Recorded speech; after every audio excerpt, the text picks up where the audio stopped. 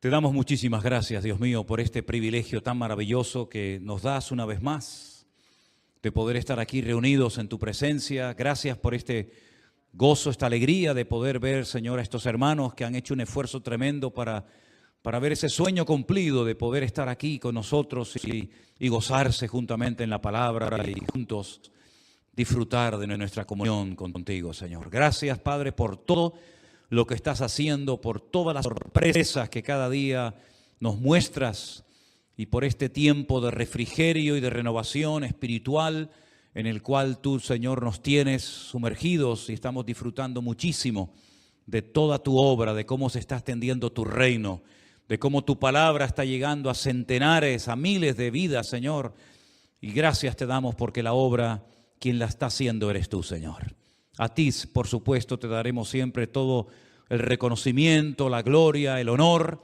Y gracias, Señor, por lo bueno que eres con tus hijos. En el nombre de Jesús. Amén y amén. Gloria a Dios. Quiero pedirles que recuerden estos tres nombres. Son nombres de tres lugares. Y ahora les voy a decir por qué. Les pido que recuerden estos tres lugares. Uno es la ciudad de Chalco, en México, donde hemos estado recientemente. Allí hay un matrimonio, nuestro hermano Emanuel, su esposa Laura. Ellos cedieron el terreno donde pusimos esa carpa que ustedes vieron recientemente en los vídeos que nuestro hermano Armando y Moy estuvieron grabando. Allí celebramos los bautismos, allí tuvimos las bodas, la presentación de los niños. Allí desayunábamos, almorzábamos, comíamos y allí, después de que nosotros nos fuéramos, pues les propuse la idea de comenzar cultos. Y ya han comenzado. Este domingo sería la tercera reunión. Le hemos comprado una pantalla muy grande a los hermanos para que puedan ver en directo los cultos. La hora a la que verían los cultos del domingo sería a las 12:30 del mediodía. Para ellos, para nosotros, las 6:30 de la tarde aquí en Tenerife, en Canarias. Y el pastor José Arenas, que también estuvo, él es de México, aunque vive en Estados Unidos, les regaló un equipo de sonido que junto con esa cámara, o con esa pantalla, perdón, lo conectan y entonces los hermanos se reúnen y ven todo el culto, ¿vale? Desde el principio hasta el final. Están viniendo personas nuevas. Están viniendo personas que han aceptado al Señor en este tiempo a través de las redes sociales y personas que se están ya acercando y que están conociendo al Señor en esas reuniones. Yo les pido, por favor, a todos ustedes, hermanos, que recuerden esta obra que recién está comenzando. Que el Señor les dé mucha sabiduría y mucha fortaleza, mucho ánimo a Emanuel y a su esposa para que puedan atender a la gente que va a estar viniendo, Dios mediante, a escuchar la palabra del Señor. Y han mandado fotografías, han mandado vídeos de los cultos. No sé si ustedes han visto alguno, creo que he compartido por el grupo de WhatsApp algún vídeo, pero están muy ilusionados. Ya hay un grupito de niños a los cuales también le vamos a ofrecer clases de escuela dominical, y ellos también están haciendo el curso del discipulado que se está haciendo también aquí, ese cuaderno, ese libro que tienen ustedes. Pues por favor oren mucho por la obra en Chalco. Chalco está como 1 hora y pico más o menos de la Ciudad de México. Es una población muy grande y allí, ya les digo, allí estuvimos con los hermanos de la iglesia virtual reunidos varios días y creo que es un lugar extraordinario para levantar una preciosa iglesia. Así que los hermanos piden mucha sabiduría, mucho respaldo del Señor, porque no es fácil, pero el Señor les va a ayudar y dentro de poco tiempo vamos a tener allí una iglesia preciosa para la honra y la gloria de nuestro Dios. Amén, hermanos. Recuerden orar cada día por Chalco. Conocimos en ese evento que celebramos allí en esa ciudad de Chalco al hermano Héctor y a su esposa. El hermano que contó el testimonio, que también lo grabamos y lo subimos a los canales para que los pudieran disfrutar y ver ustedes. El hermano ya tenía un grupo de unas 40 o 50 personas que se habían ido convirtiendo a través de su vida, de su testimonio, y también tenía un precioso grupo de niños.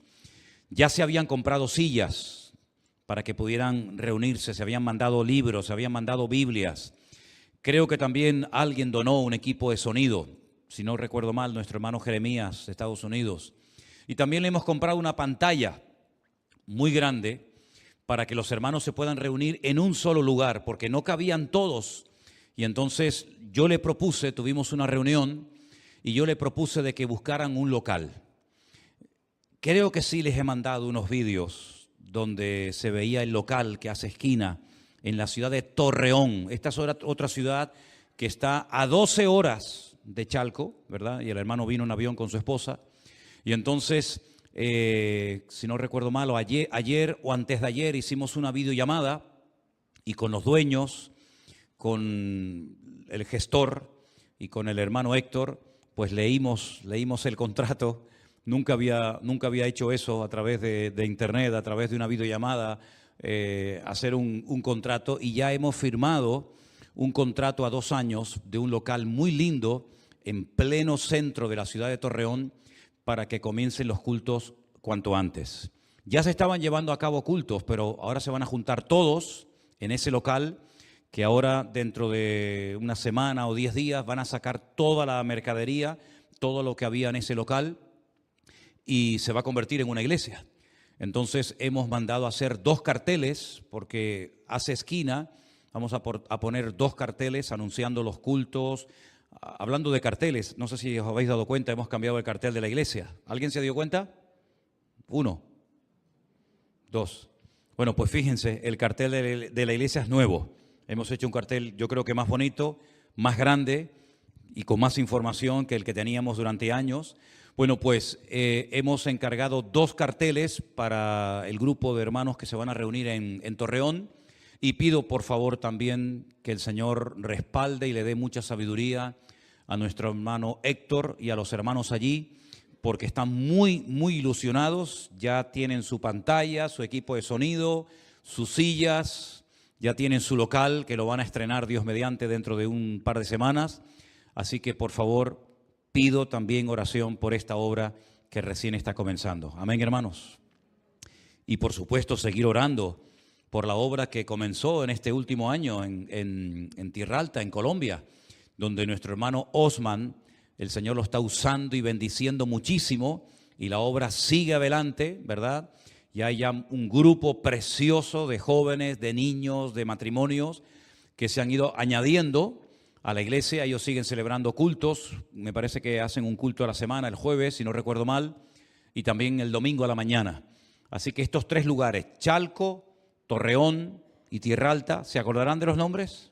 A ver, díganmelo ustedes. Chalco, Torreón y Tierra Alta, eso es. Bueno, en esos 3 lugares ya se está sirviendo al Señor con locales, con cultos, y pedimos mucha sabiduría para los hermanos que están al frente, y que el Señor les respalde y cuide mucho de la obra, porque son obras muy atractivas, y cuando se enciende una luz, los mosquitos siempre van a ir, ¿verdad? Que el Señor proteja su obra y la cuide, y podamos siempre ver cómo el Señor da crecimiento y fortaleza a ese grupo de hermanos que gracias al Señor pues están allí ya reuniendo. Estamos hablando ya de unas cifras que se nos escapan de las manos. Estamos hablando ya de centenares de personas que en muchas partes del mundo siguen los cultos. Tenemos aquí el testimonio de una madre y un hijo.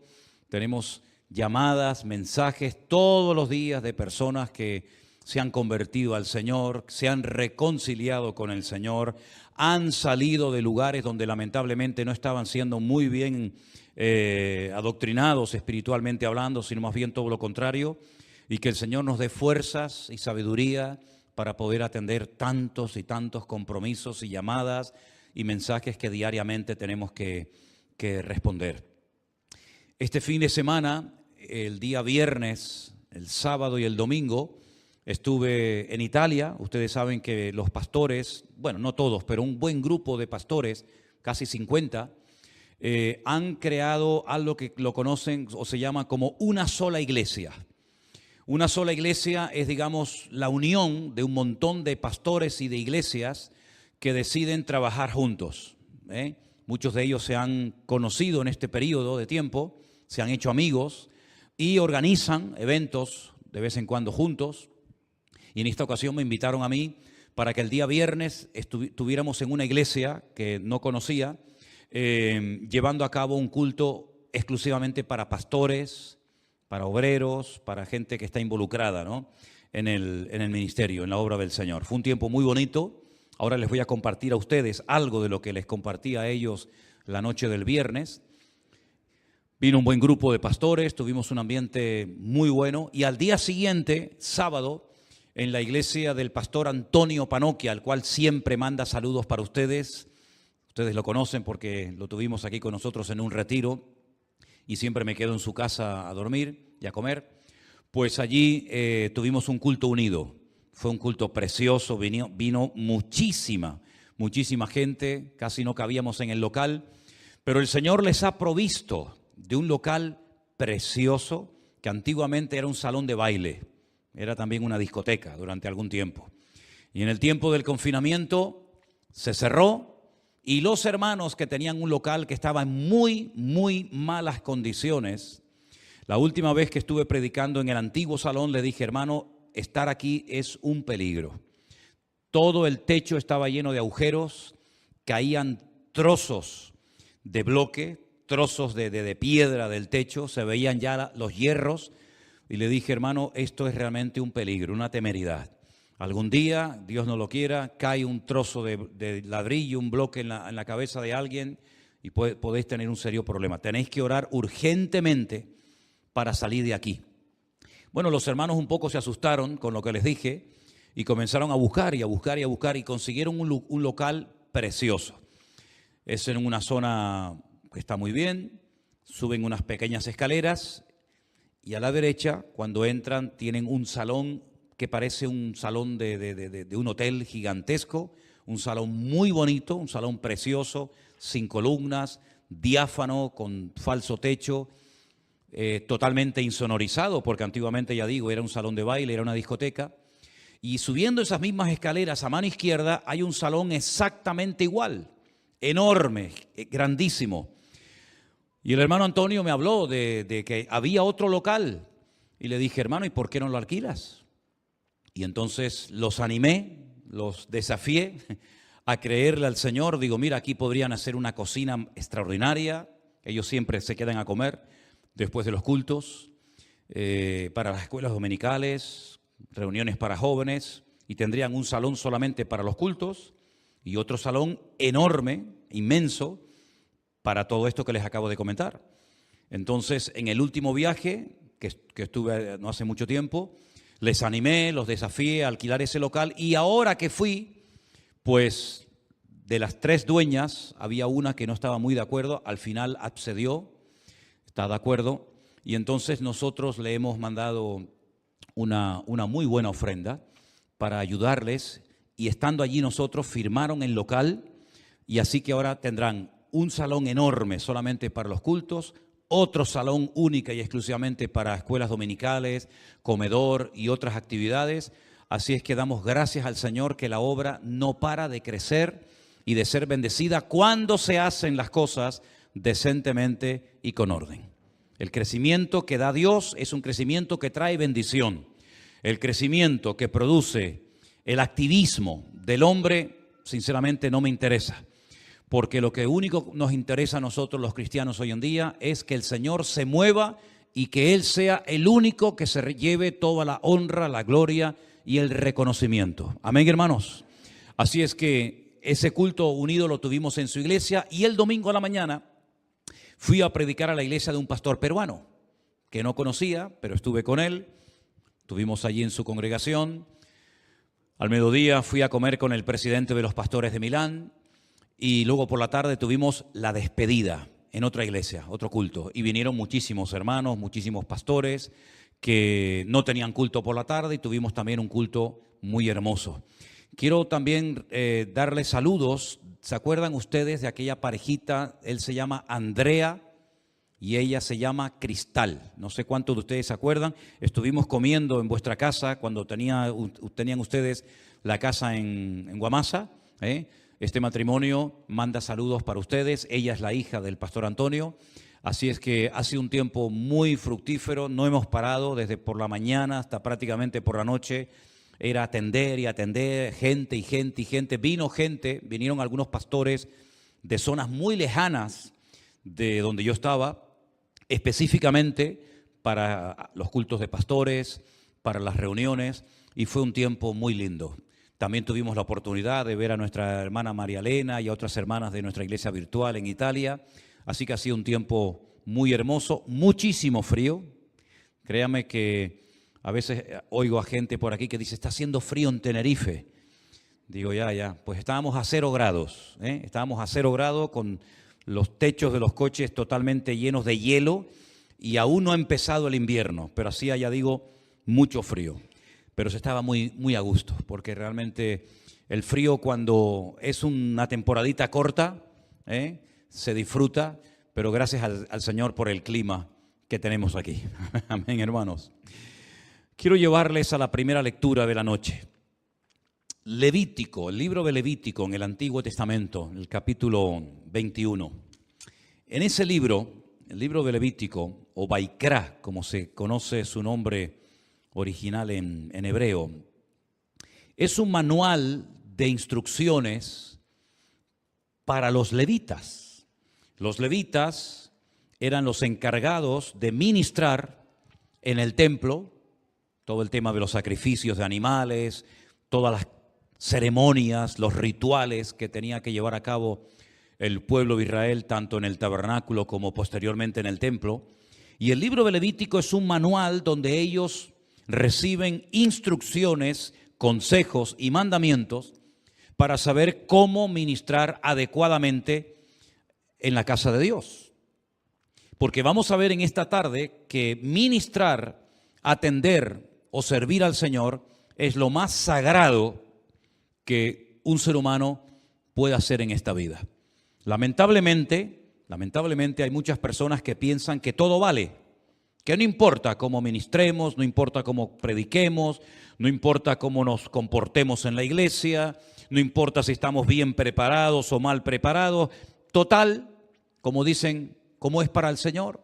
Pues precisamente, queridos hermanos, como lo que hacemos no lo hacemos para llamar la atención hacia nuestra persona, como lo que hacemos no lo hacemos para que la gente nos rinda culto a nosotros, sino lo hacemos para la gloria y la honra del Señor.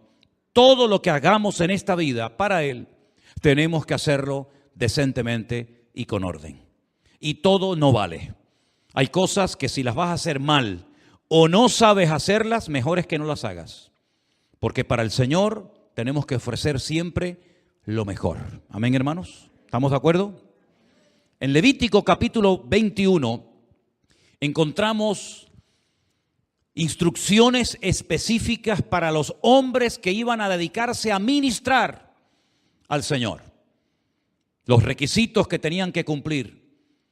Porque algunos de ellos, aunque eran levitas, quedaban automáticamente excluidos del ministerio, por motivos que vamos a ver ahora. Y el capítulo siguiente, el 22, serían los requisitos, las condiciones que tenían que cumplir los animales que después serían sacrificados en el templo. Cómo tenían que ser, qué animales quedaban descartados por cumplir o por no cumplir ciertos y determinados requisitos. Pero eso será un tema para otro día. Hoy vamos a ver en Levítico 21, a partir del verso 16, palabras que el Señor, nuestro Dios, le da a Moisés para que a su vez Moisés se las enseñe a los sacerdotes. Y dice así la palabra del Señor.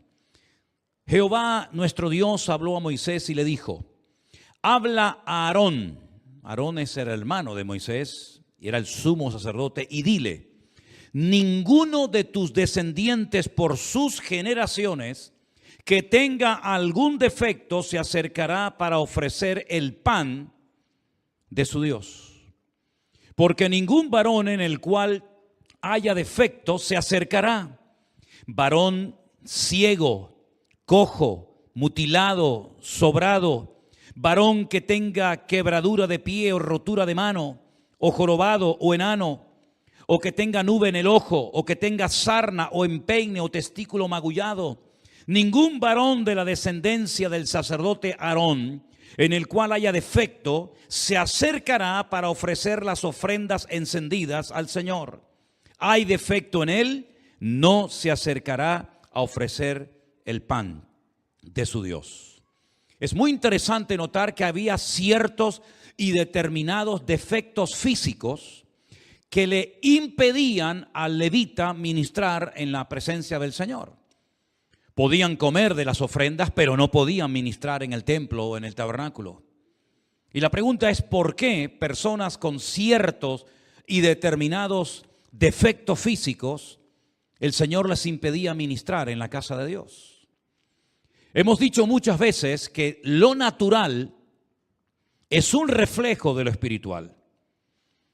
Y alguien que entendió perfectamente la función que cumplía el Antiguo Testamento con todas sus leyes y mandamientos fue sin lugar a dudas el apóstol Pablo.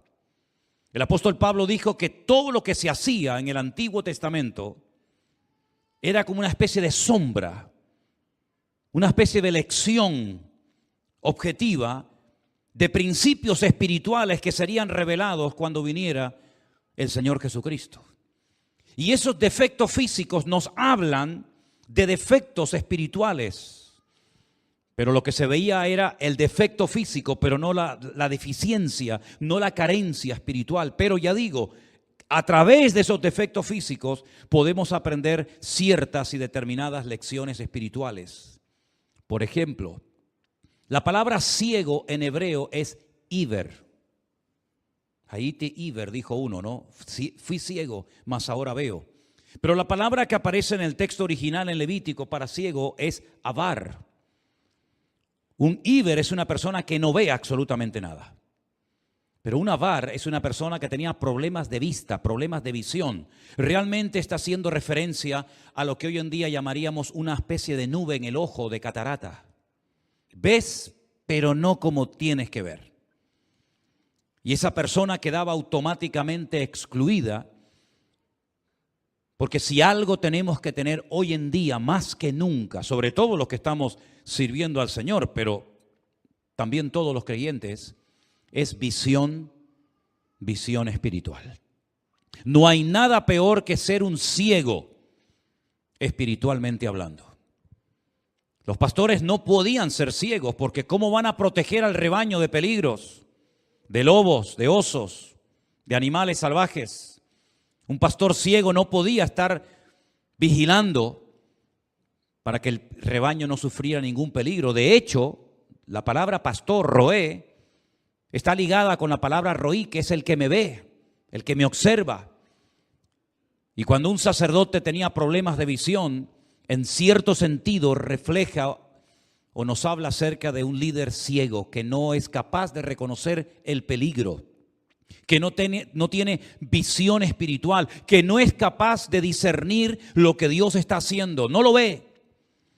Es interesante notar que en el Antiguo Testamento hay una historia muy interesante y también muy conocida de un siervo, de un criado llamado Giesi, ¿se acuerdan? Que era el que ayudaba al profeta Eliseo. Y dice la Biblia que cuando éste un día fue amenazado por tropas enemigas, él estaba totalmente tranquilo, con una paz inmensa en su corazón, pero Giesi estaba nervioso y muy preocupado y asustado. Y entonces dice que oró para que el Señor le abriera la vista espiritual, evidentemente, porque no era un ciego.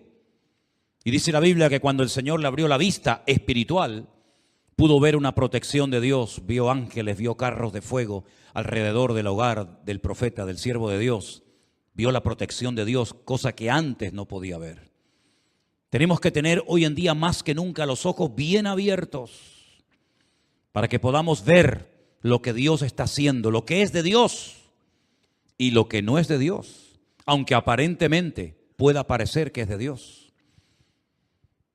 El sacerdote que tenía problemas de vista quedaba automáticamente descartado porque no podía ver los peligros del pueblo y no podía ministrar en la presencia del Señor.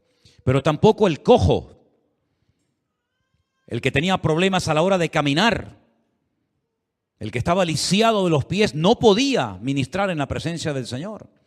Porque nos habla acerca de que una persona que camina mal, espiritualmente hablando, nos habla de que su conducta, su comportamiento, su ministerio no está bien delante de Dios, no camina bien delante de la presencia del Señor.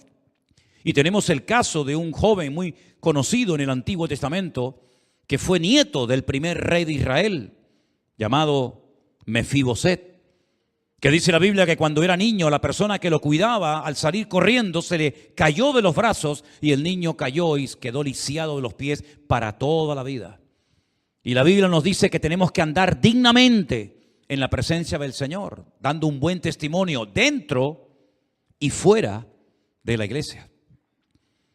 Andar dando testimonio y andar bien delante del Señor, de tal manera que nadie te pueda señalar con el dedo y decir, si tú eres cristiano, ¿cómo es posible que haces o que vives o que hablas de esa forma tan tremenda?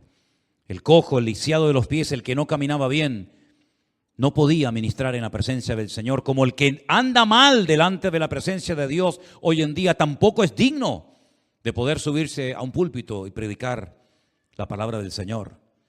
Dice la Biblia que el que era jorobado, el que no podía levantar su visión, ¿verdad? El que andaba encorvado, el que no podía llevar cargas, tampoco podía ministrar en la presencia del Señor. Porque si algo tenemos que tener bien en cuenta es que servir a los demás es una carga, ¿saben? Una carga que llevamos con gozo, no con queja, no con lamento, pero al fin y al cabo no deja de ser una carga. Y la persona que tenía problemas en su espalda, en su columna, pues no podía tampoco ministrar al Señor. El enano, el que era chiquitito, tampoco podía ministrar, porque nos habla de falta de desarrollo, falta de crecimiento espiritual. Des en cuenta que estos defectos físicos nos hablan en el mundo espiritual de carencias, de debilidades espirituales, por las cuales también queda descartado una persona que de alguna manera quiere servir al Señor. Los sacerdotes que tenían problemas en la piel, hay muchas enfermedades, ¿verdad?, que afectan a la piel. Ellos relacionaban todo problema de la piel con hablar mal. ¿Y en qué se basaban o se basan para decir que los problemas de piel eran debidos a una forma incorrecta de hablar?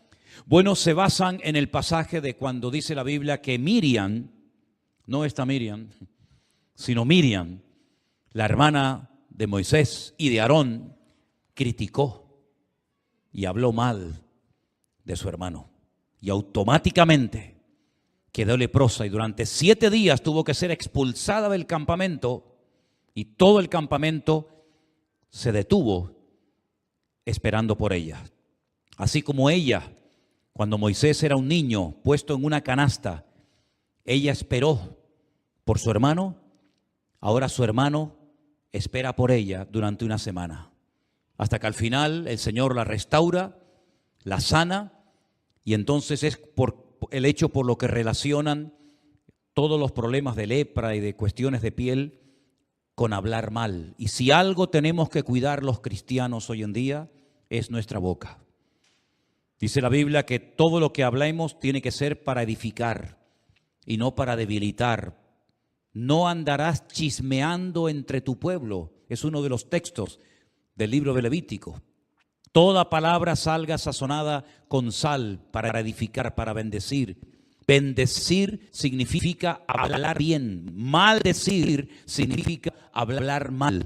Hagamos un buen uso del poder de las palabras que tanta influencia, buena o mala, pueden ejercer en las personas. Sacerdotes que tenían problemas de reproducción, que eran hombres estériles, tampoco podían ministrar en el templo y posteriormente en el tabernáculo, porque la Biblia nos habla de que la persona que sirva al Señor tiene que ser una persona eficaz, tiene que ser una persona que produce frutos. De hecho, el Señor Jesucristo dijo, por sus frutos los conoceréis. Y sabemos todos a estas alturas, yo creo, el fruto que el Señor espera de ti y de mí. De hecho, lo que hace el Espíritu Santo en la vida interna del creyente lo compara con un fruto. Porque un fruto no madura de la noche a la mañana, lleva un tiempo, hay que esperar, ¿verdad? Pero tarde o temprano se espera que dé un fruto todo árbol. Es normal, es una ley de la naturaleza. Pues se espera también de todos y cada uno de sus hijos, de nosotros, que en momentos puntuales manifestemos ese fruto que tenemos que manifestar, que está en Gálatas capítulo 5, ¿verdad? Versículos 22 y 23. Y algunas características de ese fruto son la paciencia.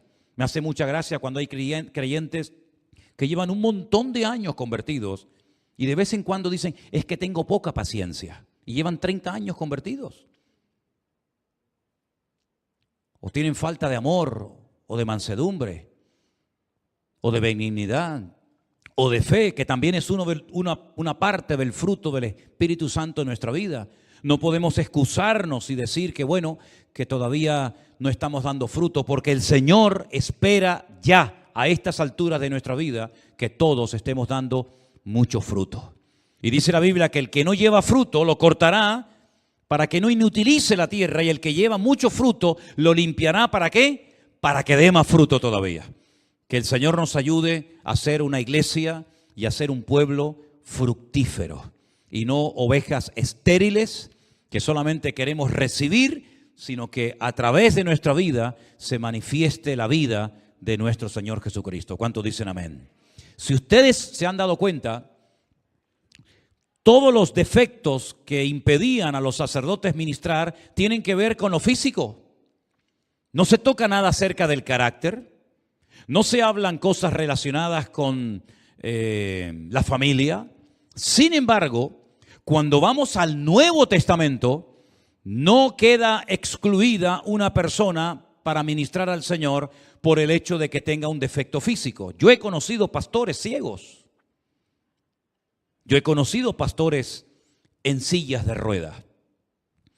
Conocí incluso a un pastor jorobado. Pastores mudos nunca he conocido a ninguno, porque sería un poco complicado ministrar así, ¿verdad? Pero en el Nuevo Testamento el Señor nos da una lista enorme de requisitos para servir al Señor. Si alguien en esta tarde aquí entre nosotros, o de los que nos están viendo en sus hogares, tiene el deseo de servir al Señor, gloria a Dios. Amén, hermanos. Es bueno. Es maravilloso el tener el deseo de servir al Señor. Pero vamos a leer la lista de lo que pide el Señor a una persona que le quiere servir. Y si cumples con esos requisitos, gloria a Dios. Pero si no cumples con esos requisitos, lamentablemente, como los sacerdotes del Antiguo Testamento quedaban excluidos del ministerio, hoy en día muchas personas tampoco deberían de estar en el ministerio si no cumplen con los requisitos que dice la palabra de Dios que tienen que tener.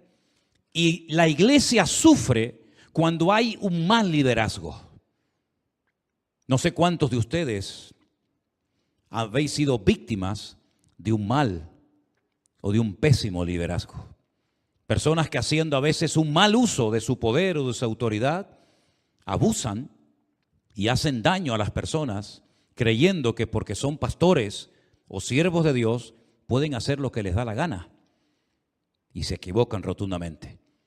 Porque los que más requisitos y a los que más se les exige y a los que más se les pide en la Biblia son aquellos hombres y mujeres que en un momento determinado se han planteado o tienen en su corazón el anhelo de servir al Señor. Repito, no hay nada malo en querer servir al Señor, pero tienes que saber que si quieres servir al Señor en su obra, hay unos requisitos que Dios ha dado y que tenemos que tenerlos en cuenta. Y no decir, bueno, con este me quedo, este no me gusta mucho, este está muy bien, este no me interesa, sino vamos a leer la lista de lo que pide la Biblia a los hombres y mujeres que quieren servir al Señor. Primera de Timoteo, en la carta del apóstol Pablo a Timoteo, él menciona 16 requisitos que tenemos que tener los que queremos servir al Señor.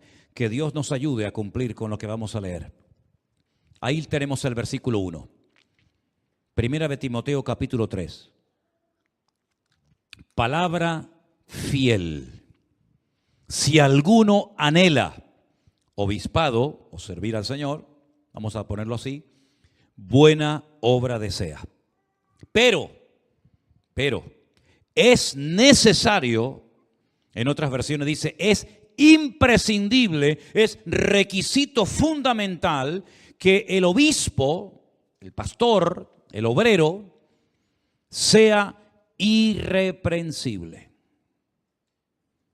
Marido de una sola mujer, sobrio, prudente. Esta palabra prudente me llamó la atención. ¿A qué se refiere el Señor cuando dice que una persona que quiere servir al Señor tiene que ser una persona prudente? Y el texto, la palabra griega significa que sea sano de mente, que tenga control sobre sus instintos. Esto es muy interesante, ¿verdad? Eso es lo que significa prudente según la Biblia. Decoroso, hospedador. Y he notado en esta lista de 16 requisitos que hay 5 noes. 5. El primero es no dado al vino. El segundo, no pendenciero, es decir, no uno que ministra en la carne, no un luchador, sino uno que ministra en el espíritu, no en la carne. Tercer no, no codicioso de ganancias deshonestas, es decir, que no tenga problema con las cosas materiales, que no le dominen las cosas materiales. Que sea amable, apacible. Un tercer no, no avaro, no dominado por lo material. Que gobierne bien su casa. Y el último y quinto no, no un neófito. ¿Eso qué significa? Que no sea una persona recién convertida con escasa preparación. Estos que se proclaman autopastores, se autoproclaman pastores, ¿verdad? Que salen de la iglesia por la puerta de atrás, dando el portazo, y a los 15 días te enteras de que ya es pastor y ya alquiló una iglesia y tiene sus sillas y su cartel. Son los neófitos, son personas con un escaso crecimiento y madurez espiritual que creen que esto es un juego o un negocio y se autoproclaman pastores. Dice jamás un neófito, jamás una persona que actúa bajo una pataleta, bajo un enfado, puede ser un pastor porque es una bomba, un peligro en el púlpito. Que tenga buen testimonio de los de afuera, porque usted puede tener buen testimonio de los hermanos de la iglesia, pero ¿qué dicen los vecinos de usted? Sus compañeros de trabajo, sus familiares. Tal vez usted es un peleón, le debe dinero a todo el mundo, nadie lo sabe en la iglesia, por lo tanto es imprescindible que la persona que quiere servir al Señor tenga un buen testimonio también de los de afuera, de los inconversos incluso. 16 requisitos. ¿Cuántos cumplimos nosotros, hermanos? ¿Les gustan? ¿Es demasiado pedir? Esto fue inspirado por el Espíritu Santo. Esto no es negociable, esto no son sugerencias o propuestas. A ver, ¿cuántos están de acuerdo con los 3 primeros? Sí, pero los otros no. No. Des en cuenta que estos requisitos no se les pedía a los sacerdotes, a los levitas en el Antiguo Testamento. Una persona podía ministrar, físicamente era, digamos, perfecto, no tenía ningún defecto físico, pero a lo mejor su familia era un desastre. O era un orgulloso, un soberbio. Pero esos requisitos espirituales de carácter no se pedían en el Antiguo Testamento. Por el contrario, en el Nuevo Testamento nadie con defectos físicos queda excluido, pero estos requisitos son mucho más exigentes que aquellos requisitos por los cuales se excluía a los levitas o sacerdotes del Antiguo Testamento. Entonces, ¿qué les parece? ¿Nos vamos al Antiguo o nos vamos al Nuevo? ¿Cuántos que ministran hoy en día no podrían seguir siendo pastores por no cumplir con estos requisitos? Cuando bajamos el listón, cuando lo ponemos más fácil y queremos, permítame la expresión, ser más buenos o tolerantes que el Señor, quien sufre las consecuencias es el pueblo que está bajo ese pésimo liderazgo de esa persona. Pablo le escribió otra carta a un pastor en la isla de Creta llamado Tito. Y también, curiosamente, a Tito le da una lista de requisitos que tenían que cumplir las personas que querían servir al Señor. Vamos a leerlos. Tito capítulo 1, requisitos bíblicos para servir al Señor. Hemos leído lo que el Señor le pedía a través de Timoteo. Veamos lo que pide el Señor a través de Tito. Capítulo 1. Por esta causa te dejé en Creta, para que corrigieses lo deficiente y establecieses ancianos en cada ciudad, así como te mandé. Pero ahora vienen los requisitos para ese liderazgo de la época y para todas las épocas. Irreprensible, otra vez. Hay algunos que se repiten, ¿sí? Hay algunos requisitos de Timoteo que se repiten en Tito, pero hay otros que son nuevos. Marido de una sola mujer. Algunos dirán, pero esto de marido de una sola mujer, ¿a qué se refiere? Hombre, se sobreentiende que un pastor no va a tener 2 o 3 mujeres al mismo tiempo, ¿no? Se sobreentiende. Pero es mucho más que eso. Es mucho más que eso. Mi opinión personal referente a esto de marido de una sola mujer es que una vez que haya conocido a Cristo, no sea una persona divorciada. Me divorcié siendo pastor, me vuelvo a casar, me separé o me divorcié, me vuelvo otra vez a casar. Eso está totalmente prohibido en las Sagradas Escrituras. El pastor tiene que ser un ejemplo primero en su casa y en su familia. Porque el que no es capaz de gobernar o de dirigir su familia, su vida privada, ¿cómo se atreve a subir a un púlpito a decirle a los demás lo que él no ha sido capaz de poner en práctica en su casa? Marido de una sola mujer significa que es una persona que su matrimonio tiene estabilidad. Y lamentablemente hoy en día en el ministerio hay personas que se han separado o divorciado 3 y hasta 4 veces. Y eso está totalmente prohibido por la palabra de Dios. Podemos hacer todas las justificaciones que queramos, pero un pastor donde se demuestra que es un hombre de Dios no es necesariamente en el púlpito, sino es en su casa. Si en la casa, su familia, su matrimonio es un desastre, ese hombre no tiene ninguna autoridad, ningún respaldo bíblico para subirse a un púlpito y decirle a la iglesia y a las familias de la iglesia lo que tienen que hacer cuando él no ha sido capaz de dar un testimonio en su vida privada con su familia. Eso es lo que dice la Biblia. Yo sé que por ahí tal vez otros opinan lo contrario, pero yo digo lo que creo que dice la Biblia y esa es la norma y esa es la regla que llevamos. Que tenga sus hijos creyentes, no que vengan a la iglesia, porque hay hijos de creyentes que vienen a la iglesia, pero no son creyentes. Como me decía un pastor hace años, son material de iglesia, ¿no? Vienen a la iglesia, pero el hijo pasa de todo. Ves a la hija del pastor con la maquinita, al hijo del pastor de discotecas y de fiestas todos los fines de semana, pero viene obligado a la iglesia. No es que venga, es que tienen que ser creyentes, que no sean acusados de disolución o de rebeldía. Es que el requisito que le pide al Señor a la gente que quiere servirle son muy elevados. Y hay gente que no los lee y se lanzan como llanero solitario a servir al Señor y se olvidan de que estos requisitos Dios los inspiró en su palabra para proteger al rebaño y no para que las iglesias sufran por un pésimo o un mal liderazgo, como lamentablemente ocurre muchas veces. Que sea irreprensible como administrador de Dios. Y ahora vienen los 5 noes de Tito. No soberbio, no iracundo, no dado al vino, no pendenciero y no codicioso de ganancias deshonestas. ¿Cuántos que están dominados por el dinero, que solamente saben pedir y pedir y pedir y hablan de prosperidad, pero para ellos?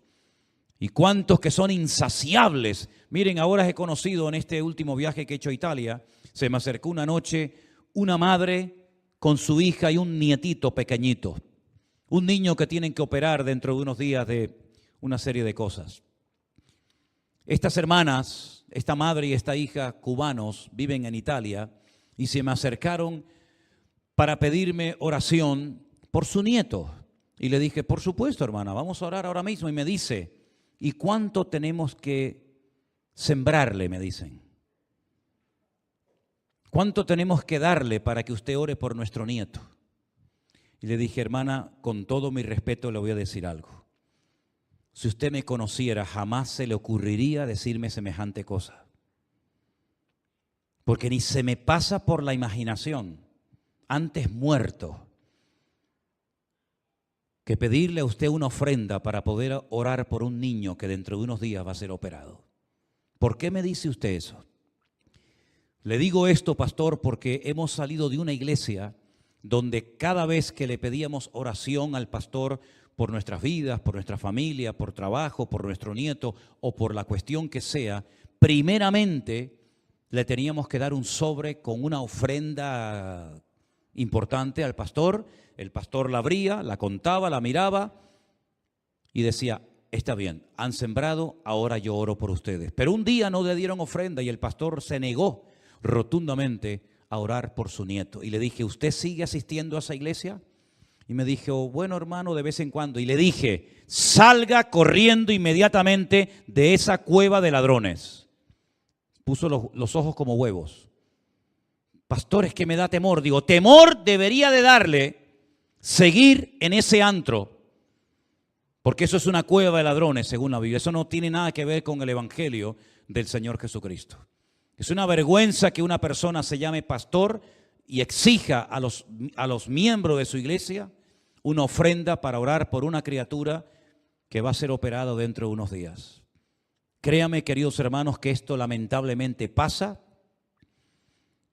Y lo peor es cuando hay alguien que se da cuenta de que esto está ocurriendo, pero se quedan y se hacen copartícipes de este desorden y de este pecado que Dios abomina y que tarde o temprano el Señor dirá: basta. Gracias al Señor que nunca esta iglesia y este que les habla se ha movido jamás por lo material. Esta iglesia nació milagrosamente y milagrosamente ha llegado hasta el día de hoy, porque creemos que nuestro Dios, que sabe cuáles son las necesidades reales de la obra, Él se encargará, como lo ha demostrado hasta el día de hoy, de cuidar y de proteger la vida de cada uno de sus hijos. El Señor es mi pastor y nada me faltará.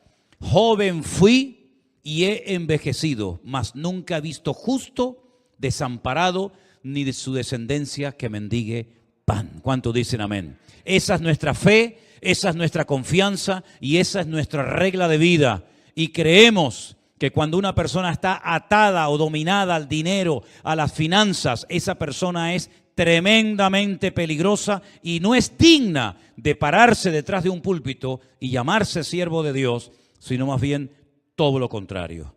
Dice que además tiene que ser una persona hospitalaria, sobria, justa, santo, dueño de sí mismo, retenedor de la palabra tal cual se le enseñó.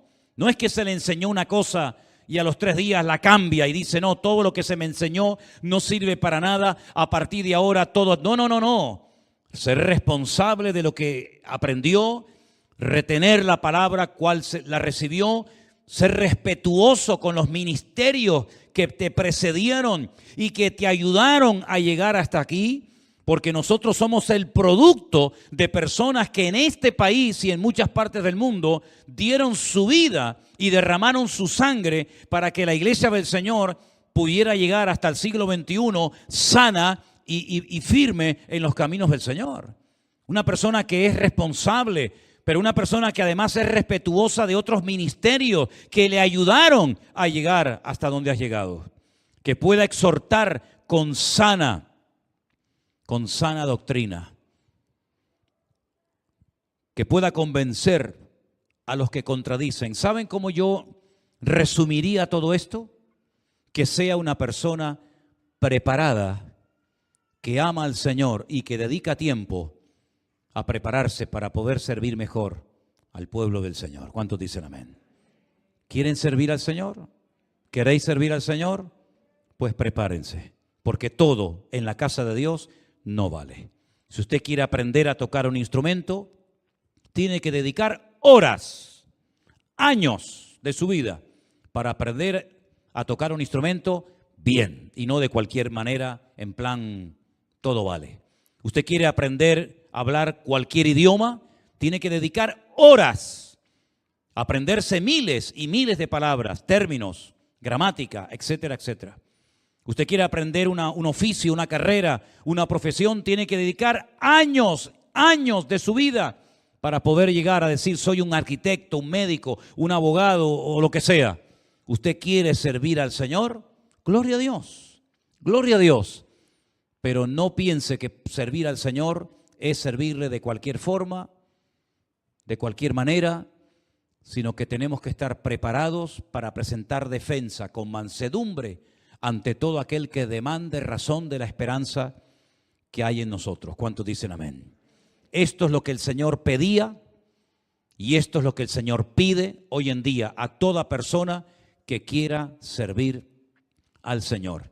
El púlpito no es para presumir de los dones o talentos que tenemos. El púlpito, la plataforma, no es una pasarela de moda para lucirme y para que la gente me admire y me aplauda. El púlpito es un lugar, el ministerio es un lugar para servir a Dios y para servir a los demás.